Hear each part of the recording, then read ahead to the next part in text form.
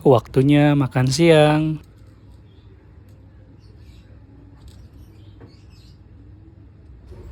Hai teman-teman, tadi aku beli ke pasar nih buat makan siang si kura-kura Brazil. Dia malu-malu nih kalau bukan di kandangnya. Noh, lihat. Bahkan di tempat luas pun dia nyeliatin aja. Tapi ketika di kandangnya, nyam, mantap, dimakan habis. Rakus bener ya kura-kura Brazilku. Padahal ukuran ikannya itu gede-gede. Akhirnya semua ikan habis dilahap dia. Jangan lupa like and subscribe untuk terus dukung channel ini. Terima kasih sudah menonton.